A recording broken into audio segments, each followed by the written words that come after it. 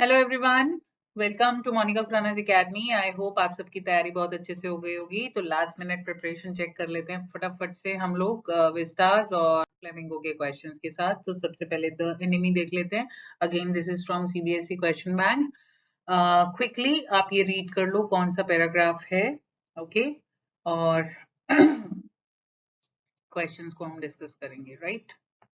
Now, first question, in which of the following options can be underlined words not be replaced with stupor? Please focus clearly. Not. Okay. So कौन से नहीं हो सकते हैं जो भी underline word हैं, जल्दी से आप इसको देख. Okay. So yes, sluggishness is right answer. We cannot replace with this word. Pick the option that best describes Sadao and Hannah in the passage. कौन सा आप define करेंगे? Absolutely right. Sadao prudent and Hannah suspicious because Hannah बहुत जगहों पर disturb रही है और कहीं ना कहीं डाउटफुल रही है चीजों को लेकर, लेकिन सदाओ प्रूडेंट था and he didn't knew why he was doing, but he knew what he was doing, right? And quite loyal to his profession as well as country. So option 3, pick the idiom that best describes the situation in which Sadao and Hannah were in. जी जल्दी से बोलें इसमें. Absolutely right. To be in hot water meaning in trouble. Fourth statement, choose the correct option with reference to the two statement given below. जल्दी से read करो.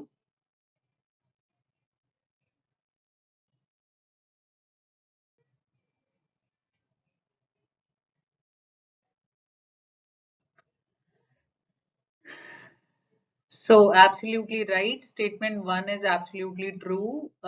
Second statement जो है जिसमें लिखा है Sadao and Hana wanted to shirk their responsibility of looking after an injured soldier. ये wrong था, right? First statement was true. जल्दी से अब B passage देख लो. I wondered your excellency Sadao murmured. So this passage is being considered. तरीका वही है जैसे मैंने आपसे कहा था. स्क्रीनशॉट भी ले सकते हैं, पॉज भी कर सकते हैं, रीड कर लो. Now, question number 1, pick the option that best describes the word dereliction as used in the passage. So इनमें से क्या ऑप्शन है? Evasion, dereliction, okay. Then deterioration नहीं है, getting down होता है वो. Negligence बिल्कुल आप कह सकते हैं. And carelessness भी कह सकते हैं. Dilapidation नहीं है, management नहीं है. So here if you see D option is the right answer. जिसको भी word के meaning में दिक्कत हो please consult dictionary. At the end of the conversation with the general, Sadao felt. कैसा feel हुआ? जल्दी से देखें. बिल्कुल सही. Relieved and guilt free. ठीक है, क्योंकि वो लाइन आपको याद है, now general was in his palm and he was totally safe. So relieved and guilt free. Next question, read the analysis of the general based on the given extract. Choose the option that fills in the given blanks most appropriately. जल्दी से एक बार quickly आप इसको check कर लो. So the general dash power but is dash. General fantasizes, nahi. Relishes, could be. Fancies, desires. Relishes would be the right term. And but is dash of the obligation of his job. So lonely nahi, pathetic nahi, concerned nahi, very tired tha. अपनी health की वजह से disturb था. He is so dash with his health. Consumed भी नहीं, consumed आपको होता नहीं तो. And self-absorbed. Obviously यहाँ उसका major concern उसकी health थी. नेग्लिजेंट नहीं होगा और इनडिस्पोज भी नहीं है अपनी हेल्थ को लेके. तो दिस अभी तक हमारे ये तीनों सही है. Due to his dash interest. Okay, so vested interest या सेल्फिश इंटरेस्ट या वर्थलेस इंटरेस्ट या नैरो. तो आपको समझ आ रही है कि इन दोनों में से है, लेकिन ये ऑप्शन ऊपर वाली ठीक नहीं है, तो you will go with it selfish. Okay, so option B is right answer. Clear? Now let's move to next. Pick the option that best matches the idiom with hand with their meaning. So hand and glove, क्या meaning होगा इसका? Hand and glove, two or more people who are in collusion. In good hands, in the care of somebody good and knowledgeable. Tip one's hand. Tip one's hand to reveal a secret about one's plan. And bite the hand that feeds you, do harm to someone who has been kind to you. So option C is right answer. Clear? Stand alone देख लो. Those scars she murmured, lifting her eyes to Sadao. Scars do not indicate. क्या नहीं indicate करते हैं? जल्दी से देख के बताओ. Absolutely right. Superiority of Japan over America ये indicate नहीं करते. Pick the quote that best describes the theme of the story. The purpose of human life is to serve and to show compassion and the will to help others. Right? So अगर किसी भी question में confusion हो आप comment कर सकते हैं. She did not wish to be left alone with the white man. Why did Hannah feel so despite having studied in America? This was so because. क्या reason था? बहुत easy question है ये. इसको I know बहुत आसानी से आप लोग समझ लेंगे. So yes, option B is right answer. America and Japan were not allies. Right? So let's proceed to next question. Third level. जल्दी से एक बार रीड कर लो थर्ड लेवल का कौन सा पैसेज है जो हम रीड करने जा रहे हैं. The above extract is not an example of. किस चीज का एग्जाम्पल नहीं है. एनालॉजी आप जानते हो. What is to this that is to this. यहाँ पर अब एनालॉजी तो है ही. Growing like a tree, corridors and staircases like roots. So corridors और staircases roots को कंपेयर किया है. ग्रैंड सेंट्रल ट्री को कंपेयर किया है. So what tree roots is to tree, same corridor and staircases is to grand central station. तो analogy तो है. imagery भी है कि आपके सामने ये पूरी पिक्चर क्लियर हो गई है. मेटाफर तो ऑब्वियसली है यहाँ पर. आगे इसमें आप देखेंगे तो यहाँ जो ऑप्शन रॉन्ग है दैट इज लाइक एलेगोरी नहीं है. तो बेसिकली किसी का एग्जाम्पल लेके आप जब एक्सप्लेन करते हैं या कोई भी स्टोरी लिखते हैं, स्पेशली एनिमल्स का एग्जाम्पल या किसी और भी इसका एक डेफिनेशन होता है फिगर ऑफ स्पीच में. आप उसे क्रॉस चेक करें तो ये स्टेटमेंट नहीं है हमारी एलेगोरी. बाकी सब सही है. राइट. नेक्स्ट क्वेश्चन देखो जल्दी से. Charlie decided not to tell his psychiatrist friend about his idea.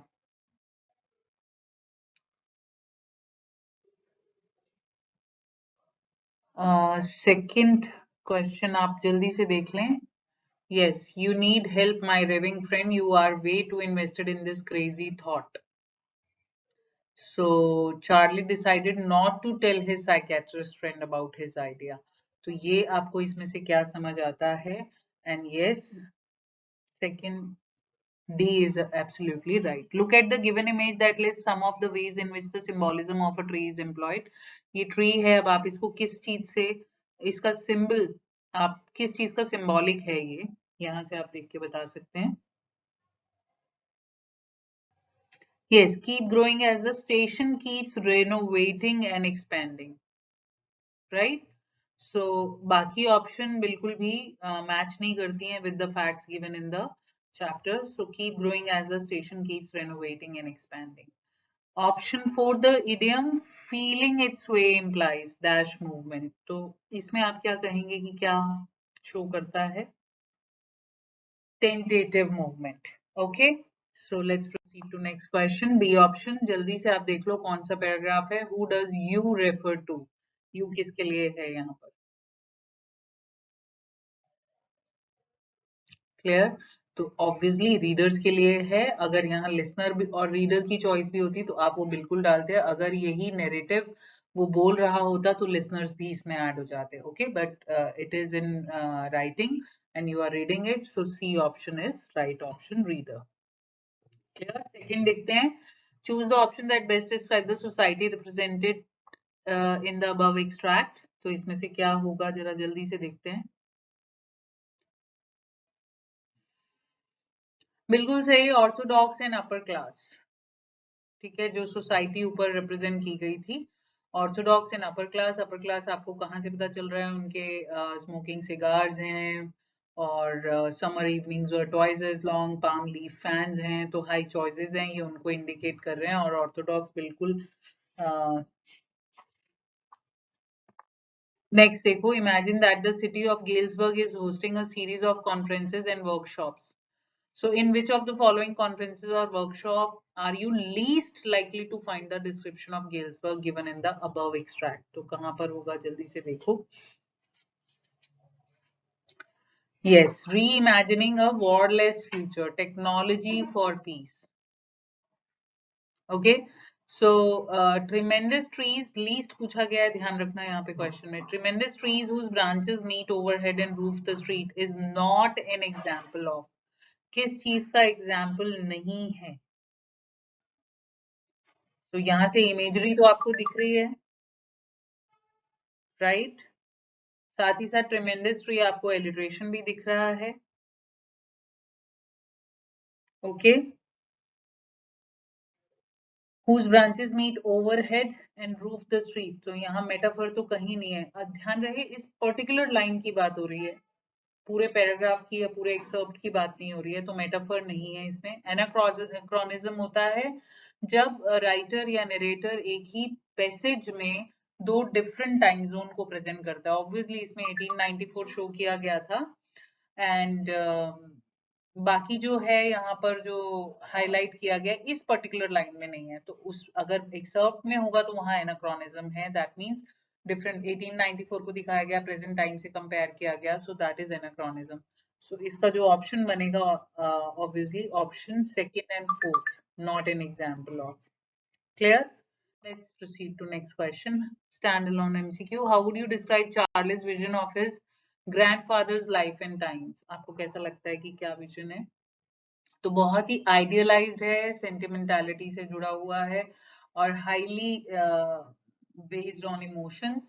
सो ये आइडियलाइज किया गया है. ऐसा नहीं होता जरूरी कि सब पास्ट में खुश हैं. यूजुअली जो लोग अपने पास्ट टाइम को याद करते हैं वो उस समय में चाइल्डहुड में होते हैं. ठीक है, तो वो अपने बड़ों से जो टाइम सुनते हैं वो याद रह जाता है. हालांकि हर एज का यूथ और हर एज का जो वर्किंग जोन होता है वो बहुत ही कॉम्प्लेक्स जोन से गुजरता है. So B option is the right answer. Third level refers to the third level at the Grand Central Station as a metaphor. Which of the following would not be an appropriate explanation of the title? जल्दी से quickly इसको read करो और मुझे बताओ. Yes, the oppressive monotony of modern life. ये नहीं show करता. Okay. Next question. How would you describe Charlie? Charlie को आप कैसा यहाँ पर शो करेंगे? Imaginative and nostalgic. हमेशा वो पुरानी मेमोरीज में है और इमेजिनेटिव है. बिल्कुल यही आंसर आप देंगे, right. Next is which of the following is a conclusion that can be drawn from the story. So इस स्टोरी से आप क्या कंक्लूजन फाइंड आउट कर सकते हो वो देख लेते हैं हम फटाफट से. क्या होना चाहिए? right. Imagination might be the only great escape. So like reality is indeed stranger than fiction. ऐसा जरूरी नहीं है, fiction बहुत strange होते हैं. With all its worries modern life is not worth living. No, modern life फिर भी आप देखो important gadgets, technology, इन सब का कितना अच्छे से यूज होता है. जितनी war worries हमने past time में सुनी है उतनी अब नहीं सुनी. Past is undoubtedly better than the present. Never, never, never. सो ये जो है आपका ये कंक्लूजन निकलता है. इमेजिनेशन ही एक ग्रेट एस्केप है और कुछ नहीं है, right. You can not escape from your reality. Now let's proceed to next chapter, deep water. Quickly आप इसके पैराग्राफ को देख लो और फिर इसके क्वेश्चन आंसर्स डिस्कस करते हैं हम जल्दी से. Choose the correct option with reference to the two statements. The author's father laughed to mock his son's inability to swim. Author wanted to swim just to prove to his father that he can swim. बोलो जी कौन C answer सही होगा? बिल्कुल सही. Statement 1 and statement 2 हम इन्फेयर नहीं कर पा रहे हैं क्योंकि ऐसा कहीं नहीं है कि फादर उसको उसकी इनेबिलिटी टू स्विम पे मॉक कर रहे थे. No, not at all. Reason being वहां सिर्फ फादर लाफ्ट लिखा है और आप सब हम सब इंडियन टेंडेंसी के हिसाब से जानते हैं कि आराम से बोला जाता है अरे कीड़ी मर गई, ये मर गया, वो हो गया. सो वो जस्ट उसको कंफर्टेबल फील करा रहे हैं. हालांकि ये पेरेंटिंग जो है वो वेस्टर्न दिखाई है. The author wanted to swim just to prove, नहीं है, ऐसा कहीं भी कुछ नहीं है, तो हम इन्फेयर नहीं कर सकते. So option C would be the right statement. Second देखो, my introduction to the YMCA swimming pool revived unpleasant memories and stirred childish fear. ये कहाँ से infer हो सकता है that this was a clear case of, किस चीज का clear case है ये? रिप्रेशन. रिप्रेस्ड इमोशंस जो होते हैं ना, वो बहुत ही वर्स्ट वे में सामने आते हैं. तो जो भी चीजें आप रिप्रेस करते चले जाते हो अंदर, तो depression is right answer. Misadventure that took place right after the author felt comfortable was that. बताओ जी, इसमें कौन सा आंसर है थर्ड में? A bully tossed him into the pool for the sake of fun. बिल्कुल सही. After the author felt comfortable was that the misadventure that took place right after the author felt comfortable. जैसे ही उसे comfortable हुआ था, तो वो misadventure क्या था? B option. Okay, now इस fourth option में आपने ये बताना है equipment used by the author while learning to swim. So इस ABCD में से आपने बताना है. बिल्कुल सही. Option 4. ठीक है. So let's move to next question. Then all efforts ceased. यहाँ ऑप्शन है author tried his best to jump out of water after while the author was not anxious in water. तो इसमें से आप क्या स्टेटमेंट देंगे फर्स्ट में से?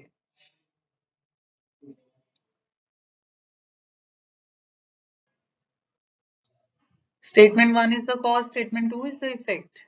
Author tried his best to jump out of water after a while the author was not anxious in water. Statement 1 effect नहीं है, स्टेटमेंट 2 इज द कॉज. ठीक है, both the statements are effects of a common cause. Tried to jump out of water. Look, इधर एक question में यहाँ पर आपको ए मेंशन किया गया है आंसर में, बट अकॉर्डिंग टू मी दोनों के दोनों कॉमन कॉज के इफेक्ट हैं. कि जो जंप लाइक उसको जो रोका गया था या उसको फेंका गया था पानी में, उससे उसकी स्ट्रेटेजी थी कि उसको बाहर आना है. और उस ट्राई की वजह से बार बार ऑथर जो था वो एंग्शियस हो गया, या anxiety, was not anxious in water. तो ये स्टेटमेंट 2 हमारी. So if statement 1 is the cause, statement 2 is the effect. After a while the author was not anxious in water. This statement is wrong. Conscious होना चाहिए इसमें. तो आप इस question को छोड़ दें, क्वेश्चन नहीं है सही से draft. The curtain of life fail corresponds to an aspect of. देखो जल्दी से. बिल्कुल सही. ड्रामा. ओके. सो ड्रामा, जैसे ये किस चीज से कंपेयर किया गया है? जैसे ड्रामा पे अपना अपना कैरेक्टर प्ले किया जाता है और देन एग्जिट हो जाता है और कर्टन फेल हो जाता है. सिमिलरली डेथ जो है वो लाइव ड्रामा का कर्टन है. ठीक है. The purpose of using dash in the above passage is to. क्या होना चाहिए? Indicate pauses. Right. Which option indicates that the poet lost consciousness?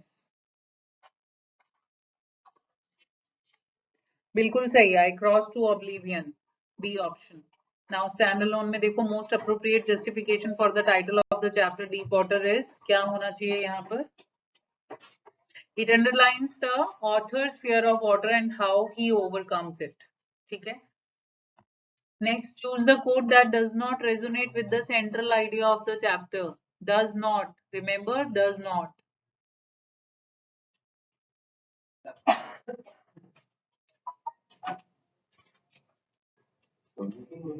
Okay. So अच्छे से रीड करो.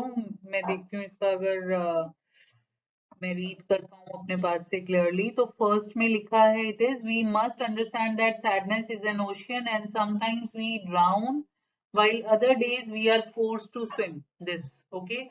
Second is never trust your fears, they don't know your strength. Okay.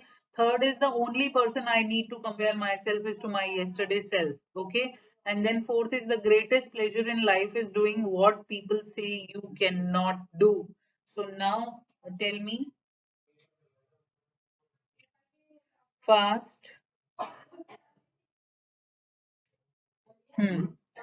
So B is right option. ठीक है. Does not resonate. Third में देखो जल्दी से, Samuel has a phobia of heights but is scared and can't overcome it. Choose. क्या होना चाहिए इसमें? Yes. Option 2.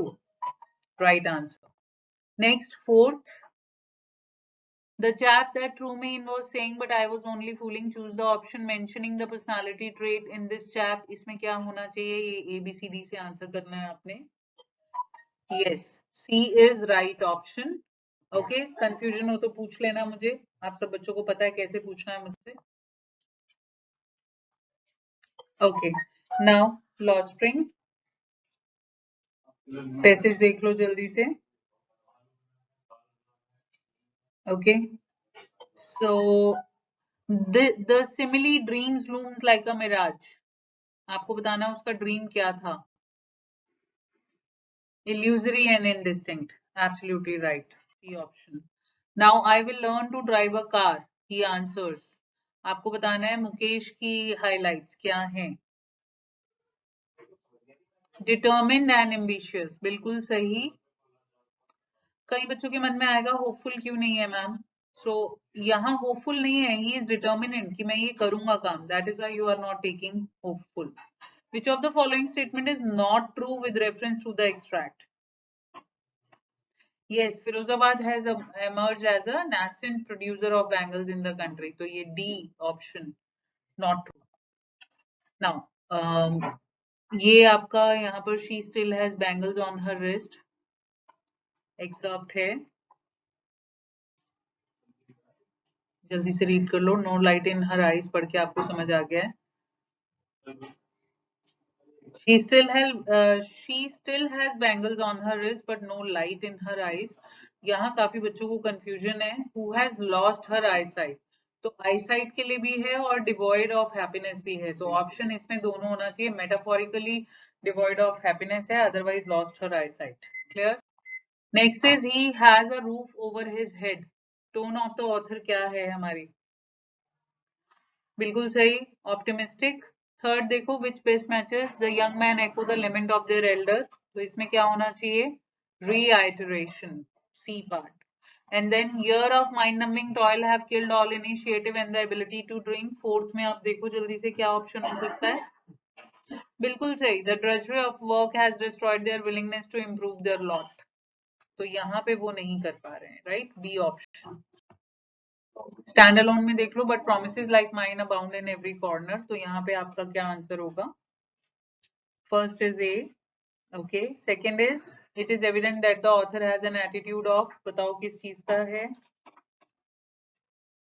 सिंपैथी. बिल्कुल सही. थर्ड देखो that is why they left looking for gold in the big city. Means of survival. बिल्कुल सही. Gold means of survival है. फोर्थ देखो जल्दी से.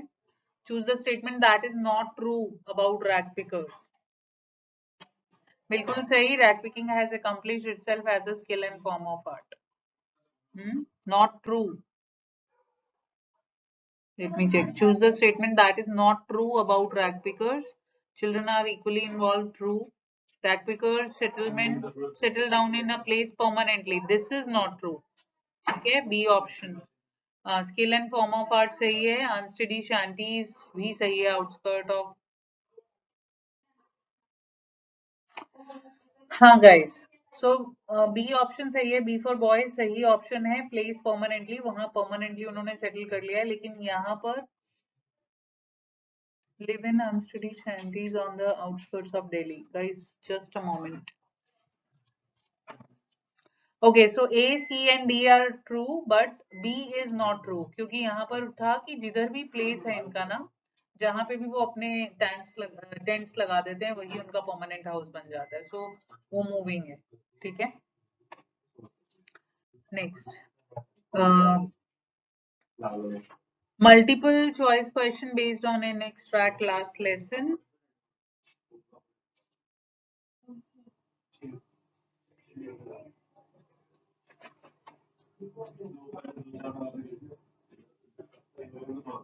Okay, so इसको देख लो आप जल्दी से. रीड करो. हाँ जी. Why does the narrator refer to M. Hamel as poor man? He feels sorry for M. Hamel as it was his last French lesson. बिल्कुल सही. यहाँ देखो which of the following idioms might describe the villager's act of attending the last lesson most accurately.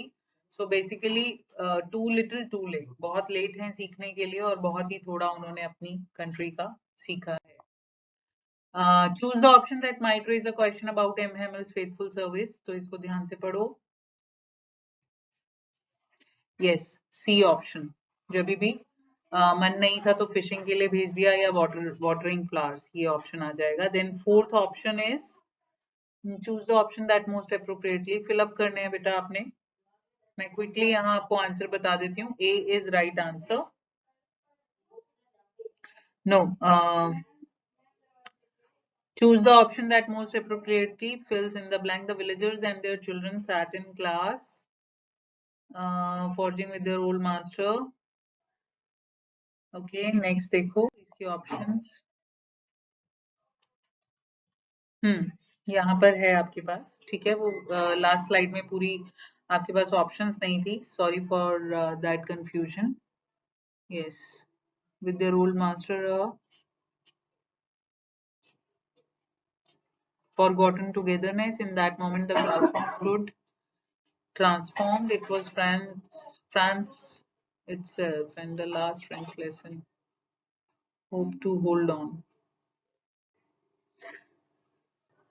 Okay, guys, इसमें mix up हो गया है तो इस क्वेश्चन को आप छोड़ दो. फोर्थ क्वेश्चन को.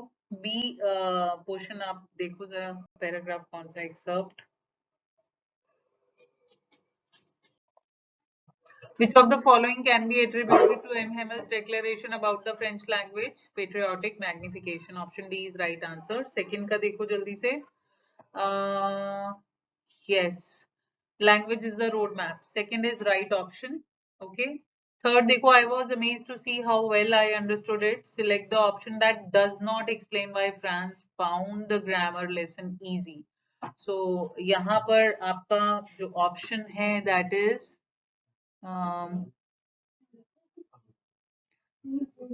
हाँ, तो बाकी चीजें आपको क्लियरली समझ आती हैं कि ये सब चीजें तो थी वहां पर, लेकिन ये चीज नहीं है. आपको कोई बोल देगा कि लैंग्वेज क्लियर है या मोस्ट लॉजिकल है और आप उसको समझना शुरू कर दोगे. It is not possible. So D option is right answer. France was able to understand the grammar lesson easily because he was. आप किसी भी चीज को तब आसानी से समझते हो जब आप रिसेप्टिव होते हो. आप वरना जिस मर्जी को जो मर्जी समझा लो, अगर person is not receptive one can not understand. So receptive is right answer. Fourth का ए. एंड स्टैंड अलोन एमसीक्यूज में आप जल्दी से देखो. ह्यूज क्राउड जो असेंबल हुआ था did not stop. How would you evaluate his reaction? क्या था इसके अंदर? Yes, bad news had become very normal so he went about his task. ये तो रोज का काम है. और यहाँ अब क्या होगा तो, बट फियर ज्यादा था एम हैमल का बजाय curiosity to know what happened now. So yes, C is right option. Second देखो, there was usually great bustle. Second का क्या आंसर होगा? Disappointment and anxiety. थर्ड देखो, I never saw him look so tall. इसमें क्या answer होना चाहिए आपका? Yes, B option is absolutely right. Dignified. हालांकि ये ऑप्शंस भी आपको लगती हैं सही है, लेकिन डिसअपॉइंटेड तो था ही, बट डिग्निफाइड होगा कोई तभी आपके नजर में उसकी रिस्पेक्ट बढ़ेगी. So B option is right answer. Fourth column आप आसानी आराम से देख लो. इसके अंदर यहाँ पर आपका पोएम्स के टाइटल दिए हुए हैं जिनके ऊपर बेस्ड थी पोएम, और यहाँ पर वो पर्टिकुलर कंटेंट दे रखा है चैप्टर में से ही. तो आप किसको क्या कंटेंट को टाइटल देना चाहोगे वो सामने से है. तो अगर आप ये वाला पोर्शन देखोगे इसमें आपको नजर आएगा. एट द सेम टाइम प्रोशन जो है वो भी मार्च कर रहे हैं और उनका जो कहना चाहिए कि उनकी रूलिंग पावर शो हो रही है वहां से, और अब से जर्मन हुआ करेगी वहां. साथ ही साथ में ये जो struck 12 and then the Angelus, right time और pious time related to God. So basically यहाँ पर दोनों एलिमेंट सूट कर रहे हैं और वो इसके साथ मैच करता है. Do not go gentle into that good night. ये बहुत ही प्यारी पोएम थी. इसमें डायलन थॉमस अपने फादर को लिखते हैं कि पूरी लाइफ वो फाइट करते रहे हैं, तो ये जो गुड नाइट उनकी डेथ की आई है फाइनल अबॉर्ड की, तो इसमें वो क्यों जेंटल हो रहे हैं, इसमें क्यों नहीं फाइट करते. सो यहाँ पर वो फाइट और गॉड और उन दोनों को मैच करता है. So your right answer is D. Okay, that is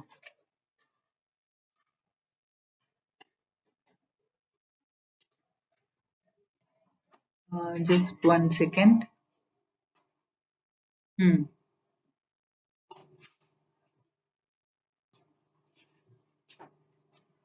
Okay. So M Hamel shared how all says. So यहाँ पे आपको column B provide titles. Choose the option that correctly match items of column A with column B. तो सभी को आपने match करना है. I got confused with the question जिसमें सिर्फ एक ही option आपने देनी थी. यहाँ सब हैं. तो बिल्कुल सही. First आपका हो जाएगा fourth. Do not go gentle. And then second is 1. Remorse is memory awake. Hauser जो remorse में बैठा है वहां पर आकर और desperately trying to learn with the children. Time pass हो गया तो remorse is memory awake. And third is second, a house call tomorrow. And then fourth is for whom the bell tolls. Okay, so यहाँ पर हमारा end हो जाता है. I hope guys इससे आपको बहुत अच्छी क्लैरिटी मिलेगी और बहुत अच्छा पेपर अटेम्प्ट करने की कोशिश करोगे. अगर कोई कहीं से आपको कंफ्यूजन क्रिएट हो तो I am sorry for that, but I tried my level best to clear all the concepts to you. All the very best guys, do well. और घबराने की कोई जरूरत नहीं है, आप लोग बहुत अच्छे से सारी तैयारी कर चुके हो. ठीक है, so see you in board 2. Bye bye, take care.